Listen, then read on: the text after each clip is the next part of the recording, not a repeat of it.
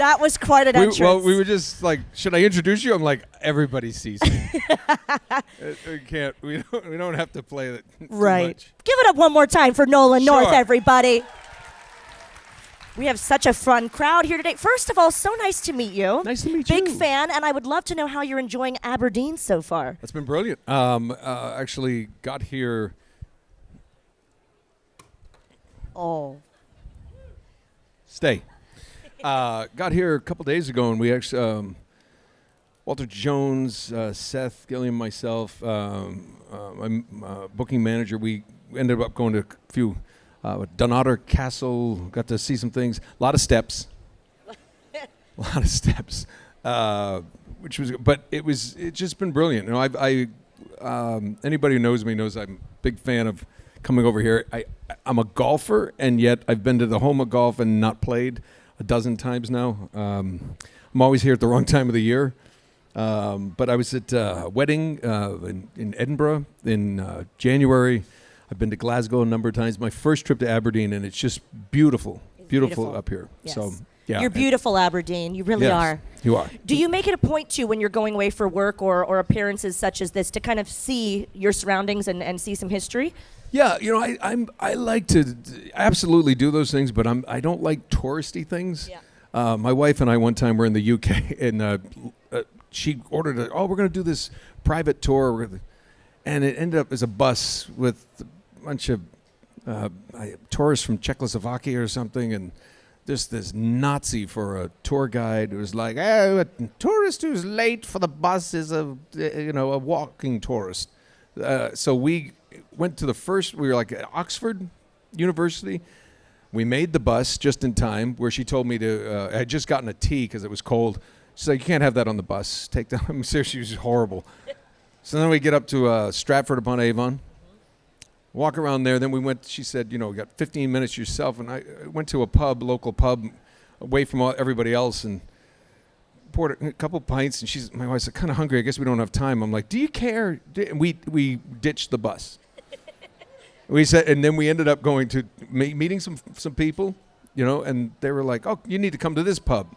And now I'm enjoying the surroundings. And then next thing I know, we find a train back to London. We missed the castle, but I don't care because I had that experience. So I like finding the pubs. I like, and it's one of the things I like about the con, just meeting people and, it's fun. I've always wanted to travel, and I didn't think I'd ever get to do it as a kid. And it's Nathan Drake in Uncharted, ironically, that I think I've traveled more because of Drake than Drake did. So it's been a win-win. He inspired you. I love that. He inspired me. He's inspired us all. Yes. Yes. But he's not real. Right. Wait, what? What? No, it's me. We are so going to get into Uncharted in a moment, but you mentioned pubs. Mr. North, did you or did you not celebrate St. Patrick's Day yesterday? What'd you get up to? It's Guinness till you drop, right? That deserves a round of applause. I didn't do it. Yes, well. Yeah, I'm kind of a connoisseur of it. I was actually at a hotel, and poor kid. I was a bartender too, and he just didn't know how to pour it. Oh. And it's like a sin. You're like, no, 45-degree angle, get it to the harp, stop, let it rest. 119.5 seconds is how long it should take before from pour. I know these stupid facts. We're learning. You can look here. that up. It's true. We're learning. I love it. Well, you talked about Nathan in Uncharted. I feel like you are the soundtrack to many, many months of my life. My husband playing Uncharted. I'm not very good at it as a gamer. I'm terrible. But that was going to be my question. Have you played yourself? Not with, but played? I made it weird. You mean I made today? it weird. I made it so weird. Have you played the game? And if people asked you for cheat codes? No, I have played the game for a YouTube show we did with Troy and I did, and but it's kind of different when you're playing with cameras and everything, and everybody knows. The people are like, "You weren't really that bad." I was really that bad. For the first game, I don't think I learned that circle meant cover, so I didn't use circle, and just there's something really strange about watching because you have to understand it's my movements, right? In case anyone doesn't know, Uncharted is all performance capture, kind of like what Andy Serkis does. So every run, jump, and thing, it was mine. So my kids played, and my favorite story is, you remember in Uncharted 3 when Drake, you'd die, you'd hear that, "Ah!" Like, "Nate, no," and then, remember that music? So we had, my kids were younger. We didn't want them playing their games in their room necessarily. So, you have that fancy living room that no one ever uses. We just brought a couch in there and set up, and made it kind of a place like a game room den kind of thing. So they would be there with their friends, and we'd kind of keep an eye on them. And the problem is that the house had like stone floors, so it was like echoing throughout the house, to the point where I went to a store and got him his first headphones, because I didn't want to hear myself die anymore in my own house. That's absolutely true. And then instead it was just like every few minutes, "Killed you again, Dad." I'm like, fine, you don't have to tell me. You don't have to tell me. So then you walk in, my wife's in there going, "I don't even play, but I'm just didn't take out the garbage, throwing you off a cliff." That's fair. Now, so you were not a gamer before you got into voice acting for games. Did you ever, even when you were younger, maybe play like an N64, Mario? No, I did. We finally got an Atari at one point. My friends had, but my parents were the kind where, come home from school, get your homework done, and then get outside. And we were in the generation where until the street lights came on, they didn't want to see you. It didn't matter. It could be a blizzard outside. They're like, "Go make a snow fort." My friends and I would huddle in the garage sometime. We literally were just always outside. So I was just never part of that. And then I remember one of my early games I did was Call of Duty Big Red 1. It's early in my career, and I'm not anybody special. It's Sergeant Randall, and you storm Normandy Beach. And it was an Xbox exclusive, I think. And I went for a job, and they said, "Oh, remember you did this game? Here's a free copy." I'm like, "Oh, cool." And I was like, "Oh, this could be interesting. I haven't seen games in a while, and it might be fun." Then I realized I had to go out and buy an Xbox because I didn't have anything like that. And I think we had I don't know what, the kids had something. They were really young. 6:30, we have dinner. And I set this thing up, and we finished dinner at 6:30, and I pop that thing in, and I start playing. I swear to you, the next thing I remember, my wife standing there with her hair all over the place, pajamas, she going, "What the hell are you doing?" And I turned, and I realized I hadn't blinked, and I had been playing for 9 hours. It was 3:30 in the morning. I'm not kidding. My bladder was about to explode. My shoulders were just, because I had that deep set leather sofa, and I was like this, and I was like, "Ah," and I almost wet my pants. And I went in, and she's like, "You've got to stop." And I can't. I have a problem.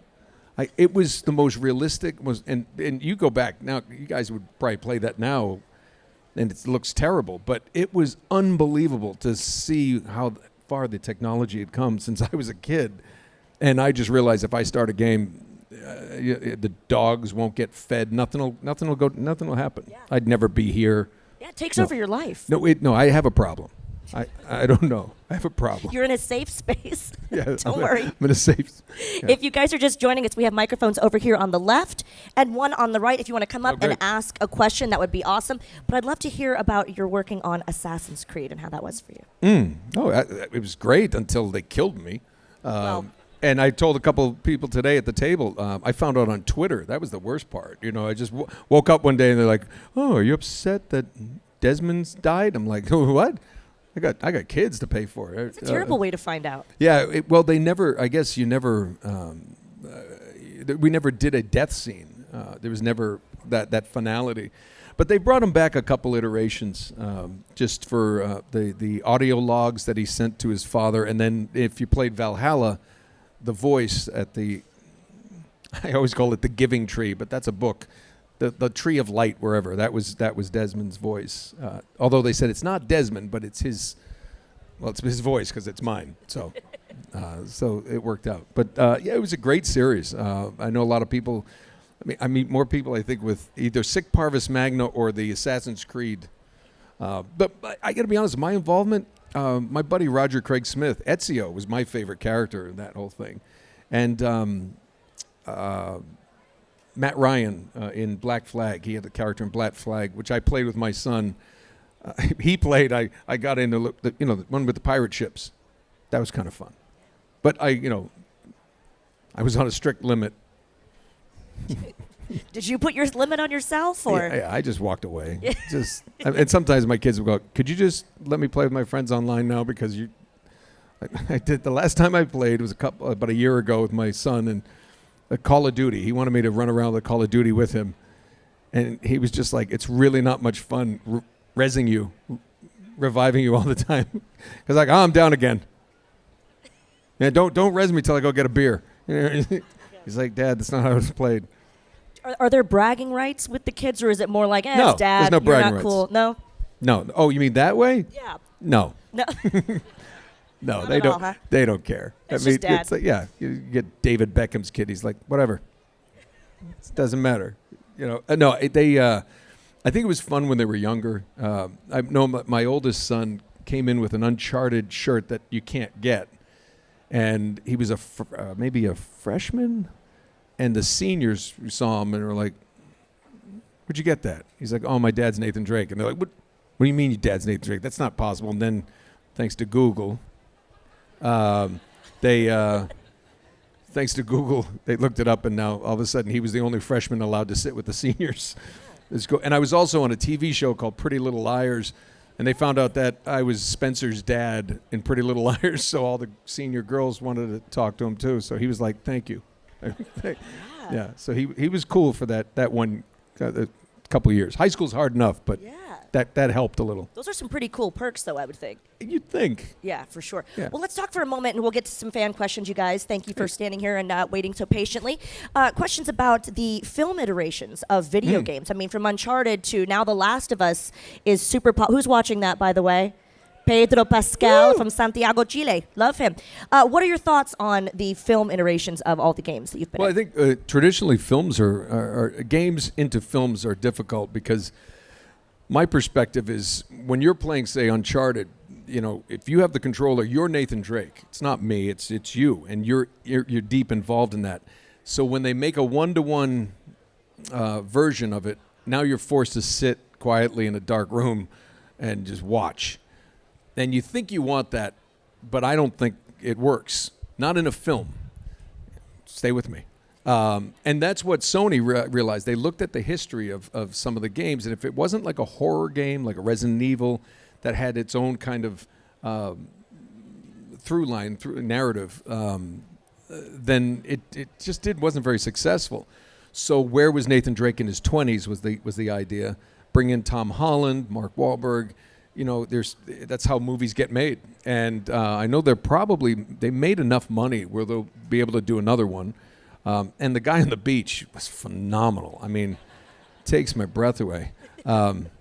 Quick story, side note, my older brother went to see it, and he said, it was really cool. He said, first of all, it was sold out Friday, Saturday. I got a Sunday matinee, and it was packed. And he said, and you popped up, and all of a sudden, I mean, I'm super proud, but all of a sudden, half the crowd just stood up and started screaming and cheering. He said, I had goosebumps. I was like, yeah, I heard that happen in a bunch of theaters.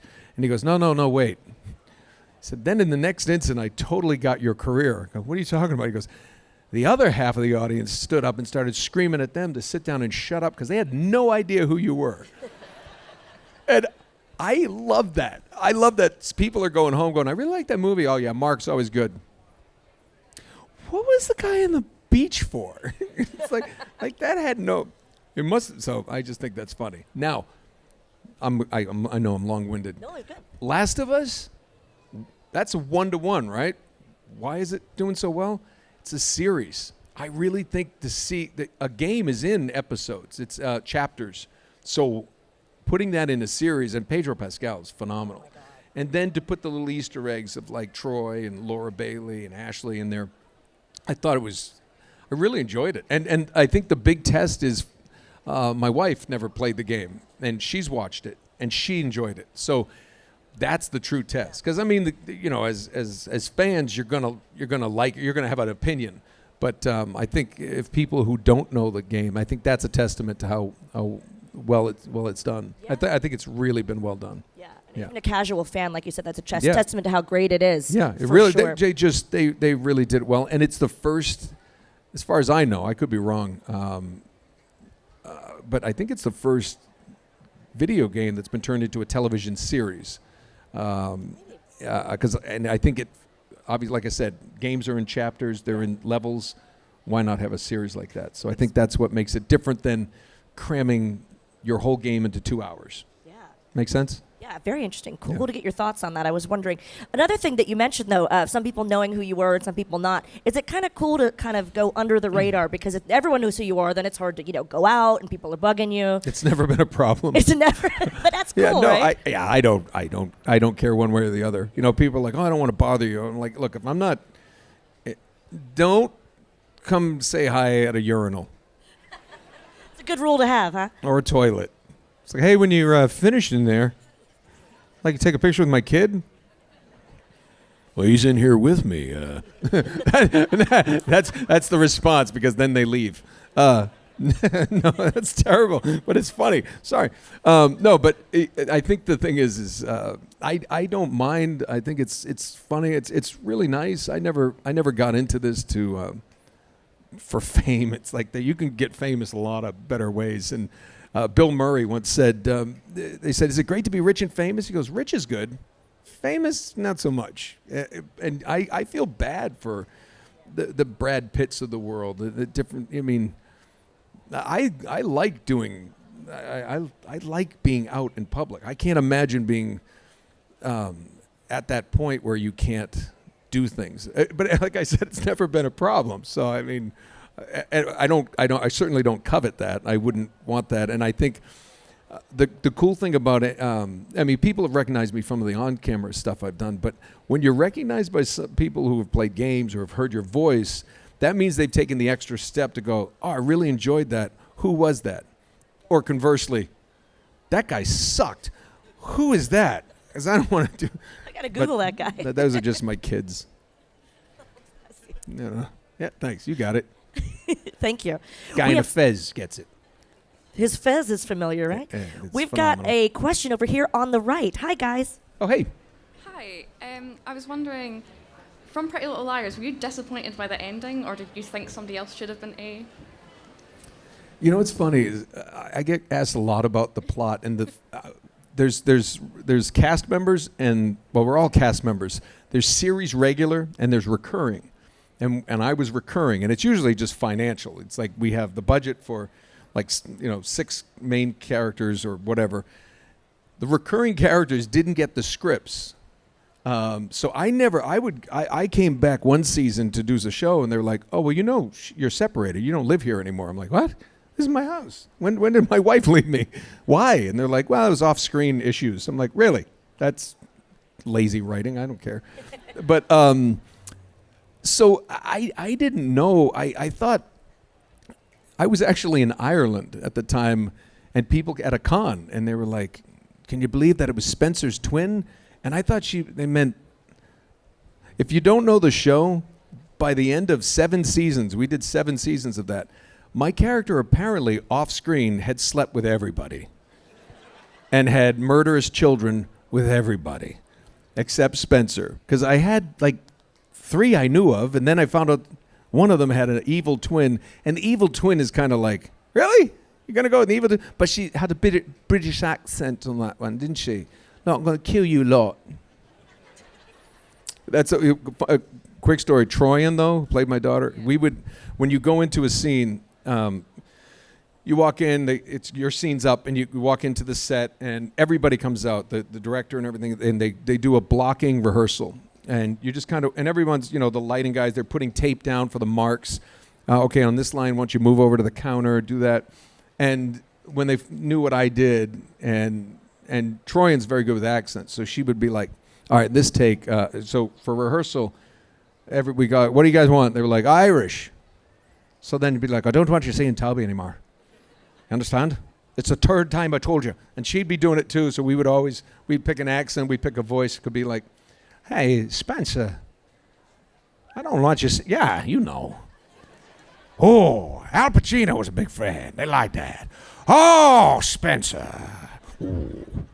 I'm chewing on things that aren't in my mouth.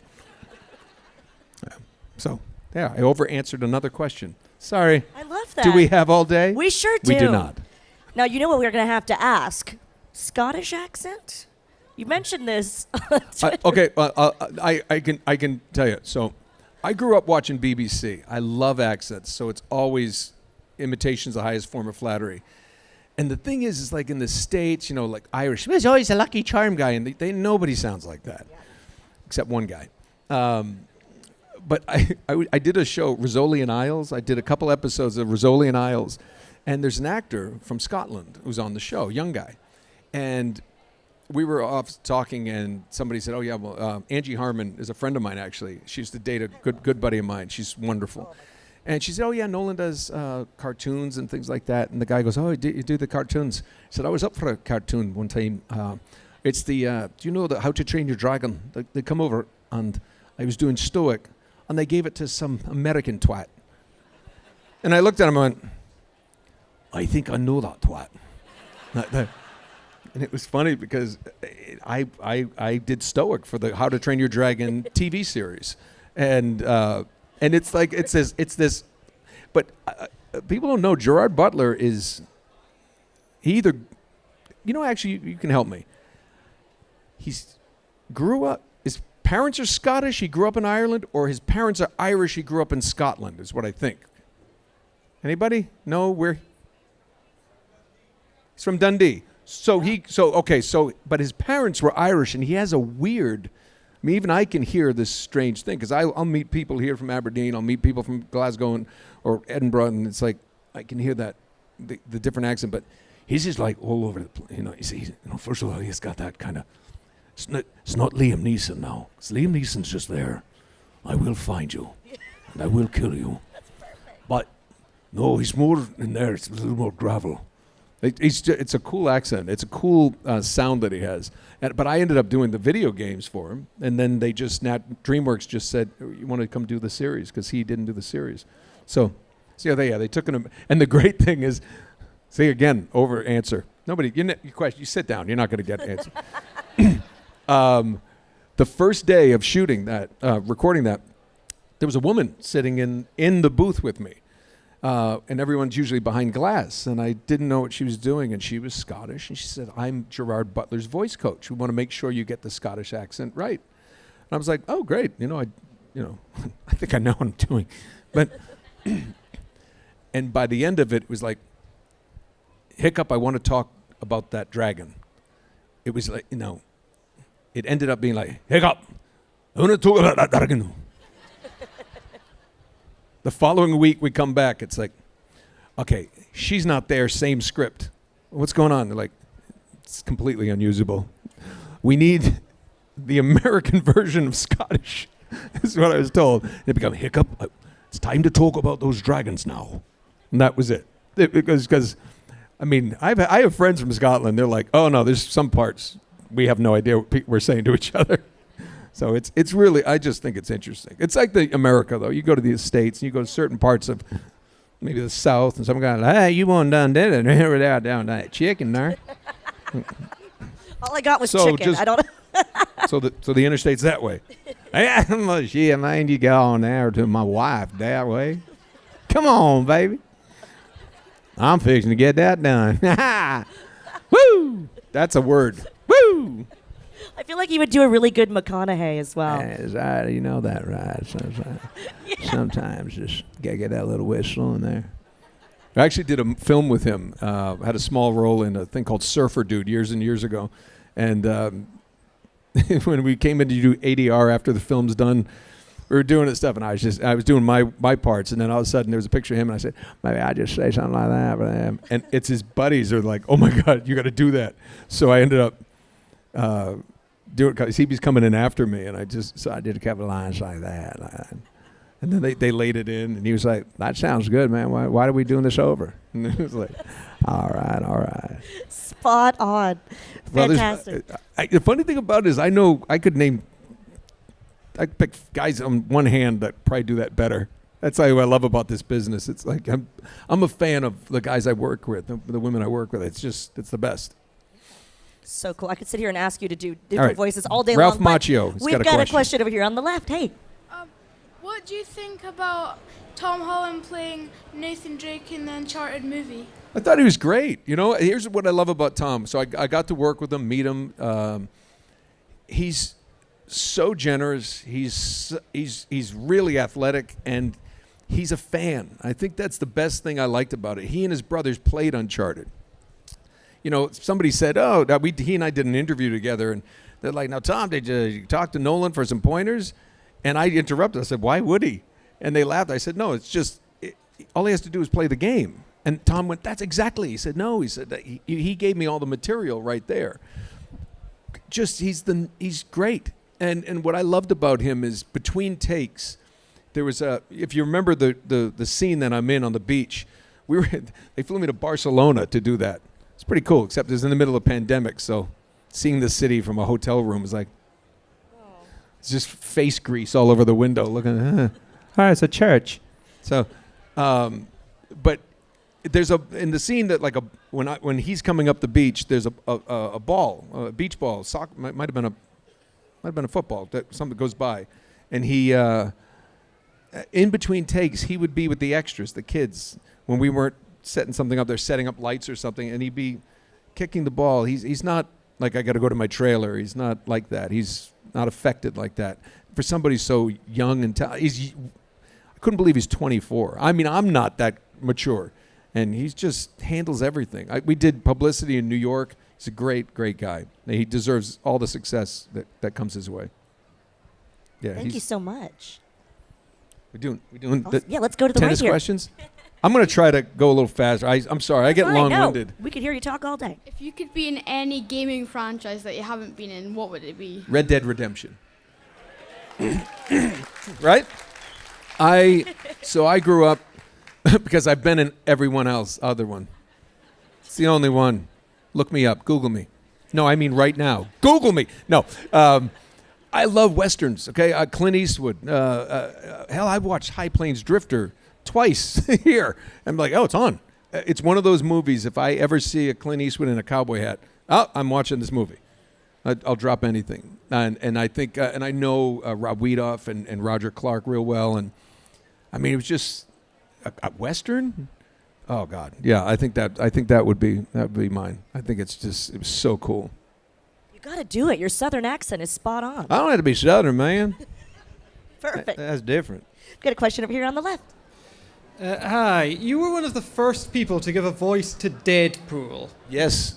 Well, what do you think about how the character has kind of exploded now in public awareness, given that you were there at the start and were the best part of that movie? Well, thank you. You know, I was telling somebody else at the table earlier, I'm really kind of proud of myself for that one, because the first time Deadpool ever spoke in a film, animated or not, was Hulk vs. Wolverine. That's what it was. And I remember Fred Tatasciore, who plays Hulk, came back from the San Diego Comic-Con going, your Deadpool's blowing up, man. You're not going to believe this. I'm like, what are you talking about? Because we record things so far. He said they just aired it, and it's just, everybody's talking about it. And what was really cool is I had done a show called Wolverine and the X-Men. And I played Cyclops, actually. And season 2 was supposed to be, I had played Colossus and was going to play Deadpool. The reason I was going to play Deadpool is because the producers of Wolverine and the X-Men were the same for that film. And they had the film done, and they brought me aside and they said, listen, we're doing, this film's going to come out, and we have this role of Deadpool, and it's already been voiced by a Canadian actor. I don't know who it was. Not Ryan. I know everyone's like, no, it wasn't Ryan. Somebody, but he said, but it's just not Deadpool. And I said, okay. They said, you know Deadpool? I'm like, yeah, I know a little bit about it, whatever. And they said, well, here's all you need to know. Do you know when you're on Wolverine and the X-Men and in between takes, all the horrible, funny, stupid, ridiculous, crass stuff you say? I said, thanks, yes. He goes, that's Deadpool. They brought me into the booth, and I said, where's the script? They go, don't worry about it. They would show me a scene, and they took all Deadpool's lines out, and I just I made up the whole movie. Everything is ad-libbed. I mean, just rock-a-bye, bang. I mean, whatever came to my mind. I mean, they gave me like 7 cups of coffee, and I'm like, yeah, I'm just jacked up and it's Deadpool. It's like, hey, Wolverine shot you right in the ass, and I'm just, and because you can't see his mouth, right? And it was so much fun, and I didn't think they were actually going to use it, and they used it all. So I was really proud of that. Then the game came about, and they wrote it. It was so funny. We had so much fun with that. And now that Ryan Reynolds has, you know, who's also, just like I was telling you about Tom Holland, he's a massive Deadpool fan.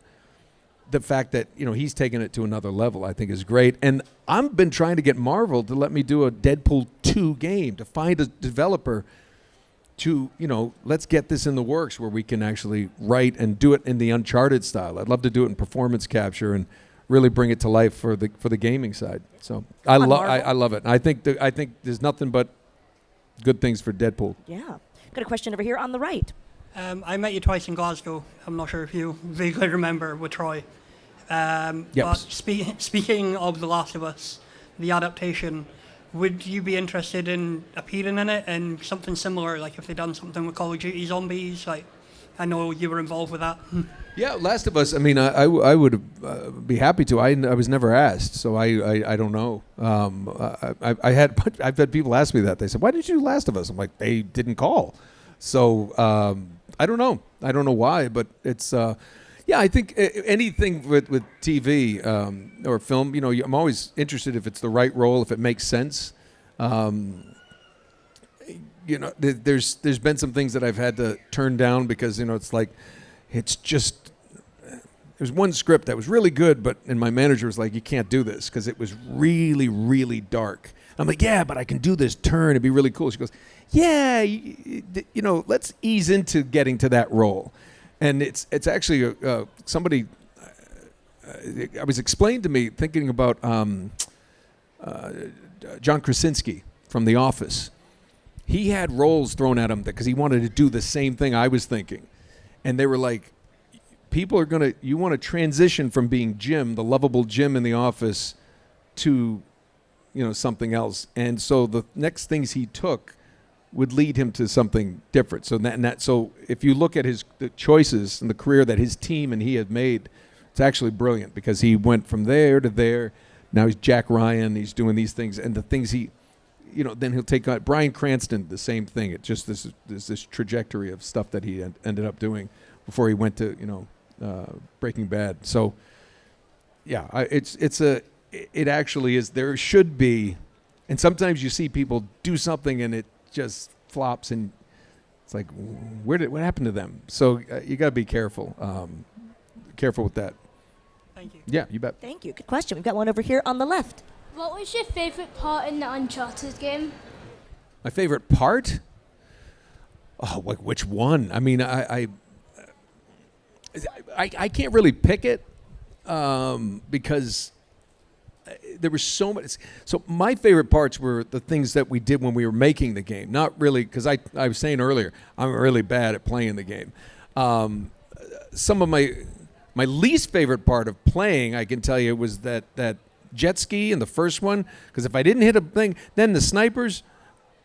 No, that was like a broken controller day. It was awful. Just like, this isn't even fun. Why are people playing this game? This game stinks. I was angry. But I had so much fun making it. Just making the game and the friendships that I made. I mean, Emily Rose is still a dear friend. She and I just did a film where we play newscasters in this movie that'll be coming out. And it's like this dystopian futuristic thing, and we're just like these horrible, hi and welcome to the news tonight. Do you believe this, Karen? You know, and it's so much fun to work with her. And she, my video game wife, is actually my real wife's business partner. They have a production company that they're doing a big movie, big series with Renee Zellweger that my wife created in 2014. She walked into the office. She's like, we're buying rights to a book. I'm like, no, we're not. She goes, well, I'm buying a rights to the book, and if you'd like to continue living here. And I'm like, okay. We're buying a book. And yeah, now she's a big fancy producer. Wow. And I do cat noises in the basement for money. It's a living. That's you put it like that. It's funny because one day I had to do that. I was doing, I don't know, it was some Rick and Morty or something, and then she's on a Zoom call with Renee Zellweger and HBO and MGM Studios, and I'm downstairs literally going, "What do you mean?" And it was so ridiculous, but it's a living. I do cat noises for money. If you Good anybody's interested. That's a Dogs talented to household. dogs. It's a very talented household. We have a question over here on the right. Hey, sir. Hi. One of my, I suppose it goes for most voice acting in general, but whenever you get a role or audition for a role, is there ever a worry that perhaps what you're doing for that specific thing is too similar to something you've done before, especially if it's like your normal voice, or is there more to it for like the sort of character behind it and the characteristics? Early on in my career, when I first started, especially in gaming, I didn't look at voiceover as a performance necessarily, as much as it was not a performance, not as it wasn't narrative storytelling when it first started. It was more. I looked at the voiceover lines as sound design, just like the explosion sound or a gunfire or a scream. The voices should kind of sit in the back, so it makes the player's experience more in depth, and you just kind of get absorbed into that world. Then they started making more of a where performance was more valued.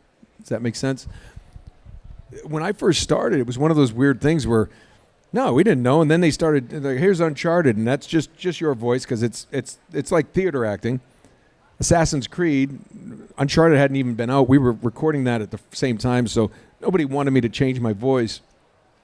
Then I got busy. Then it was like, oh, we're also at the same time. Let's do this show, this Shadow Complex, and the problem is Shadow, and then Dark Void, which is Drake in a jetpack. It's weird. We did that before. They all came out at the same time, and everybody's like, this guy stinks. He sounds the same in everything. But the gaming hadn't even gotten that popular at that time. And so I think it was Rocksteady in London that gave me the chance to do the Penguin, when I did Arkham. They wanted something that sounded completely different from my voice. And then all of a sudden, people's like, oh, he can do other things. So, these days, with David from The Last of Us, you just take it, you want it to sound similar to your voice, but you just do something a little darker. That has to sound. So I like to find the different levels. I enjoy the characters that are further from my voice. It's just more fun. It's kind of like vocal gymnastics. You're kind of playing with it. So, but no, it's really about the context of, there's the old saying, the play's the thing. So it's really about what they want. And I will tell you one thing. Prince of Persia, I begged them to let me do an accent. They're like, no, we just want your own voice. I'm like, yeah, and because I saw the animation, and if you've ever played the game, it's beautiful. And the animation is just, it's Spanish, it's Antonio Banderas, or it could be something Middle Eastern. You'll find some kind of something, and instead it's like Elika, carpet's this thick. It's like he's from Iowa. It was like, and I to this day, it's like my least favorite. It didn't match the art, and it was my first and last Prince of Persia. So I think I was right. So, and Prince of Persia is Yuri Lowenthal, my buddy. And that's it. I love the movie too. Great question. Yes. Thank you And the so movie. much. Oh, by the way, the movie, Jake Gyllenhaal. Yeah. I did the trailer for him. So he was doing his London thing, and then he wasn't available. So I actually went in and had to yell like him a couple times in the trailer. So I was right twice. For those keeping score at home. Love it. Nobody We have time keeps for score one but more me. question over here on the Really, left. one more? We do. I'm yeah. so sorry. Let's do two more. What do you think, guys? Two Yes. more? All right. Or we do a rapid fire. I'll go quick. This is just a quick one, but Oh, damn it. did you do the voice of Space Core in Portal 2? Yes, space. That is a Yes. quick question. Space. How did you get around to do that? Go into space. You understand I can only say space when I'm answering your question. Yes. Space. Space. Okay, the quick story on that is I did Space Core, Fact Sphere, and the Adventure Core Rick, which is my favorite. I'm a master of jiu-jitsu, karate, and bedroom. It was a little robot kept hitting on the female character, and I just thought, Doesn't he know? But no, it was funny thing about it. That wasn't called Portal when we did it. I had no idea. And when it came out, people were like, "Oh, we love your Space Core." I'm like, "I didn't do that. I don't know what you're talking about." And then somebody sent me to a YouTube link where they had all the lines. I'm like, "Oh, I remember that." But they had a code name for it, so people wouldn't find out. So, but it was just fun. Just again, it was just they said everyone. And I did the defective turrets too. Don't ask a line. I don't remember. I'm older. All right, go ahead. Hello there. What was it? Do you? Sorry, everyone. I'm just trying to think.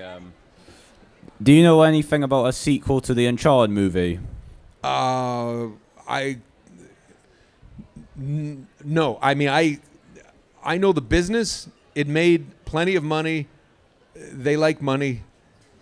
They'll make another one, I'm sure. I have not. I can't confirm that. Don't. It's like, oh, you confirmed it. It just makes sense. I think they'll do another one. Yeah. Only because money. Because everybody showed up. It made it well. And Tom Holland and Mark Wahlberg, it's kind of, they're very bankable. And I think, I know I did talk to Mark about a month ago. I bumped into him, and he was saying, we really want to make it better. He said it felt like there was too much in 2 hours. And I was like, cool. And he said, but I really think we get a really good script. We could, take it to another level. So I was like, I love to see that investment. And I'm a big fan of Mark Wahlberg. And we kind of, when we did the publicity, we were talking about how we're both, he's from South Boston. I'm from south of Boston. Different, but we're both New England kids, And he loved the fact that Richard McGonigal, Sully, is from Boston. So the game Sully is actually we're all from Boston. It's the only place. It's weird. Really want to ask you to do a Mark Wahlberg impression now. I can't. He'll beat me up. Andy Samberg does a good one. No, I actually. So if you ever, I kind of did a bad one, but if you're ever interested, they hired me to do the audio version of the movie, Uncharted. So, and it's not word for word from the movie, but I got to do. I did. Antonio Banderas would talk like this, and then Chloe, like my Chloe talk like she's like Australian, so I was doing the Australian for Chloe. I made her a little more nasally than Claudia Black because that's what it sounds like. Man, you're going up there. But it's terrible. Thank God I'm not in Sydney right now. But in there, and then I didn't do a Tom Holland. I just if this is the book version of Drake, I'm doing me. And then, but yeah, Mark, I just kind of put on a little bit of that accent, a little bit of the Boston that I grew up with. You just make your eyes a little softer. Yep. It's wicked easy, kid. Soft, I love It's it. wicked easy. That's right. Question to you guys: would you want to see another Uncharted movie? Yes, me too. Would love It's it. lukewarm. Yeah, this is tepid. Hey, you're not offending me. Tired. I mean, because I just get I get the little scraps at this point. Little scraps. I wish they had done like an animated series. I thought that would have been, if they didn't want to make more games, have Sony Animation make an animated series with the original cast. I always thought that would be a great idea. More time for the stories, maybe. Yeah, I mean, I just think it would be, animation is amazing now, and I think it would do well. Time for one more question. It's going to be here on the left. What's the most challenging character you played? Remy Duval in Mafia 3 was the hardest thing I've ever done, because he's if you played the game, he's like this.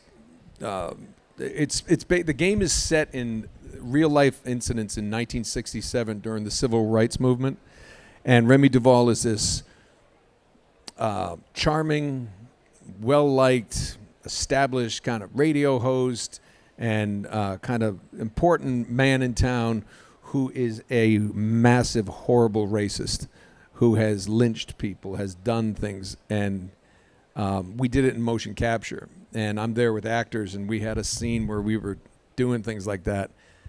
And this actor was brilliant, and he started crying, and he's got the noose around his neck, and I'm like, it's not your fault. You're just an animal, boy. And it was just, we actually had to sit and go, I sat with the actors before, because you want to take on that role as an actor. You're like, oh, I'm take on this challenge. And then you get the role, and you're there, and you're like, oh, no, I really got to do this. And it was,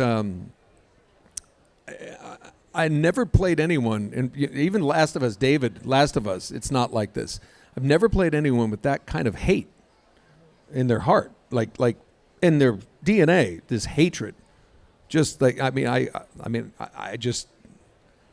even get it. And most people don't get that kind of hatred, and to the point where you're just apathetic. I mean, it just was, and doing that, saying those words, and it was just, they're words I wouldn't say alone. There's things that he does, and then you realize on top of that it's all based on fact, and it just was this strange place. And I'm no saint. I understand. I'm not. Trust me. I don't say this lightly. It's just the things though. When you actually are doing that, you're like, wow. You don't want people to go, he's a little too good at that. He's not that good of an actor. He must really be a raisin. No, not. I like everybody. I don't care. But that was very, very difficult. And Alan Tudyk, who was in 42, the Jackie Robinson story, he's a good friend of mine. I called him, and he said, you got to do it in front of 20 people. I had to do 2,000 people in a baseball stadium, and he said the N-word. He said, I had to say it like 300 times over those takes, because it was Chadwick Boseman. And I was like, yeah, but you were outside. That's all I said. So that was the most challenging one. It was hard. Great question. Thank you so much. We've got to get you back to the autograph table, but final question from me as we wrap up here. And you've been so amazing and so much insight for all of our guests here. But what are you looking forward to after Comic-Con Aberdeen? Are you working on anything you can tell us about? No, I have 3 big Great Pyrenees. And I FaceTime, like my wife and I thought we were empty nesters, and now I have over 300 pounds of dog in my house. Yeah, they look like polar bears. They're like white Saint Bernard. Look it up. Great Pyrenees. The male is like 150. The 2 girls like 100 pounds. And I'm allergic to dogs. I just pop into Clarendon or something and just go. But yeah, I look forward to getting home and seeing my dogs. I've been away for a couple weeks now, just traveling, doing some stuff. Work-wise, I got some things that I more Destiny I know is coming, I guess, and there'll be more. If you play Guild Wars or Old Republic, the kind of things that I call annuities, they just sort of keep going.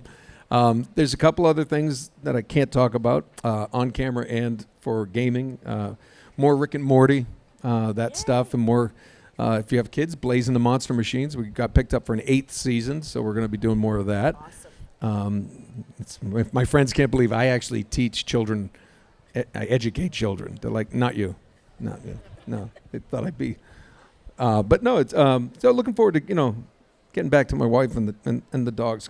Like I said, we thought we were empty nesters, and now it's just like, well, we can't go anywhere. We got to get the dogs. Yeah. Well, luckily, we can keep up with you on social media. You've been such fun today, Thanks. And we're so thrilled to have you here with us in Aberdeen. Please show your appreciation for thank Nolan you. North. Thank you, guys. We'll see you out there. Thank you very much. Yes. Really, it's a pleasure being here. You can meet Nolan here at Comic-Con Aberdeen in the autograph area. He's going to head over there.